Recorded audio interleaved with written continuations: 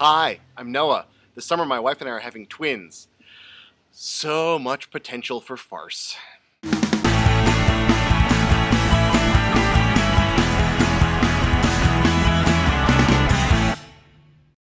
You reach a point in a pregnancy where it's no longer just about you, your wife, and your doctor, and you start to look into the outside world for advice and assistance. We haven't started our Lamaze classes yet, but the other week we did go to two other meetings. The first one was a group of parents of multiples. It used to be just for parents of twins, because everyone knows that parents of triplets are freaks. But eventually they had to let those genetic monsters in, but anyway, the night we went there, I think it was only parents of twins. Everyone was really nice and friendly. The only problem was it was games night. I like games. Sometimes I think the only reason to socialize at all is to find people to join you in a game of celebrity, or as my family calls it, Davis Kresner.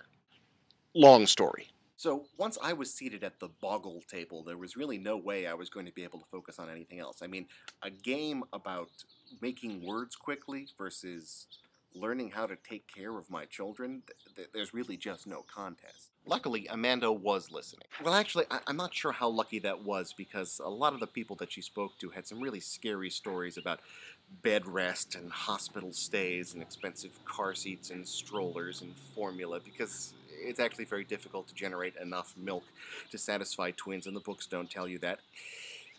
It was at times a harrowing evening. But on the other hand, a lot of parents brought their twins with them, and if one baby is cute, then two babies are...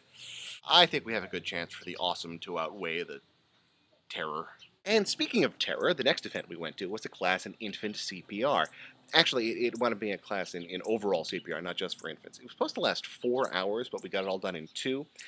This was, on one hand, great because I have the attention span of a hyperactive gerbil, but on the other hand, it's a little troublesome that apparently I need to spend less time learning vital life-saving techniques than it takes me to beat a level on Super Mario Galaxy. The other thing that bothered me about this class was that the guy teaching it was way too good looking for my taste. I mean, he looked like Ryan Reynolds with a short beard and the hair of like a hunky English graduate student. You know the guy, he's the TA in your class, and one day he suggested he should host a study session in his apartment off campus, and then you go, and of course it's you and then every girl in the class, and then he's made hummus, and he brings out his guitar, and you realize that you're pretty much the only thing standing in the way of an orgy. But then his sexy Israeli girlfriend comes home, and all the girls instantly hate her, of course, so you think that maybe you have a chance with one of the girls, but then you spill hummus on yourself, and nobody has discussed the imagery in Jane Eyre once all night, and the exam is worth 40% of your grade. This guy's over here, and he's talking to the girl you've been crushing on all semester, telling her how he makes really great sangria, and... Anyway, that was the guy that was teaching you how to save your baby's life. Lucky for me, Amanda doesn't like guys with beards. Oh, crap.